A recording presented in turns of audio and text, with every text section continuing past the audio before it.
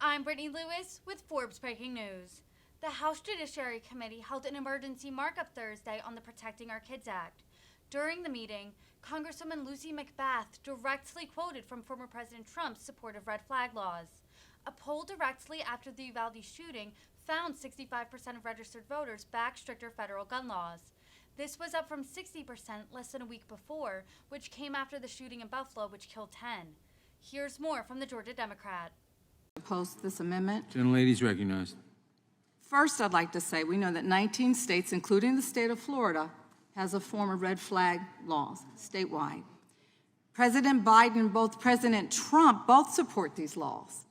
Following the deadly shootings in El Paso, Texas, and Dayton, Ohio, President Trump said, and I quote, "We must make sure that those judged to pose a grave risk to public safety do not have access to firearms, and that if they do, those firearms can be taken through rapid due process. And that is why I have called for red flag laws, also known as extreme risk protection orders," end quote. Might I remind you, my colleagues, my Republican colleagues, that this legislation that I have put forth, I have lifted the language directly from the language of Senator Lindsey Graham and Senators Richard Blumenthal in the Senate. There is nothing different about this legislation. They first introduced this bipartisan legislation in 2018. This has already been marked up. It has already been agreed upon by our colleagues here in this committee, and it will be voted on in the House, and it will pass. But there again, let me remind you that Republicans as well as Democrats have deemed that this federal extreme risk protection order and also the state orders are vitally necessary to preventing unnecessary carnage. So there is due process that is established in this legislation, and I'm not going to let you sit here and say that it is not. Law enforcement, family, and household members will file a petition requesting that federal court issues these extreme risk protection orders, prohibiting individuals that are considered a threat to themselves or others from having access to purchasing or possessing firearms. If this legislation was not so important, why did the state of Florida enact it? Why did 18 other states enact it? Because they recognize that it is effective. They recognize that it is effective legislation, law that saves lives. So you can sit here and you can try to say whatever you want to say about, no due process. That is absolutely not the truth.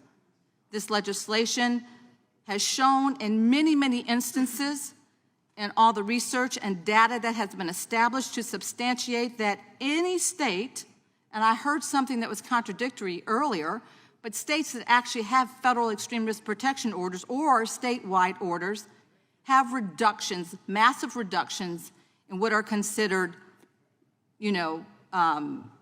fatal shootings and murders. So this legislation works, and we've seen it over and over again. We've seen this happen definitely by the governor of Florida. He established this right after Parkland. Of all will states. The gentlelady yield? No, I will not. Oh, no, this is your friend, Jamie Raskin. Okay. Yes, I will yield. I will yield to my friend Jamie Raskin from Maryland. Thank you. Thank you for your leadership and your passion, Ms. McBath. You are a model to us all. Look, when we point out that there are more guns than people in America and that we are awash in guns, our friends say, oh, well, the problem isn't guns, it's the people, despite the fact that we have rates of gun violence and gun homicide 20 times higher than the European countries. They say it's the people, okay? So the states then legislate to permit police officers and family members to petition a state court to order the temporary removal of firearms when someone is proven to be a danger to other people or to themselves. So you think our friends would say, okay, that's focused on the person. But no, of course, they oppose that because the NRA opposes all forms of gun regulation, all forms of gun safety legislation. And so they are categorically opposed to anything that we can do to try to lift this reign of terror across the country. Now, they claim it violates due process, but the police and family members can't seize the guns. You've got to go to court to do it. And the court, a neutral, impartial magistrate, hears the whole case and then decides whether to temporarily remove them. So I think that this outrageous amendment, brandishing their disrespect for the states that are actually doing something, demonstrates the frivolity, the frivolousness of their whole approach to this. They're not going to do anything to get rid of assault weapons.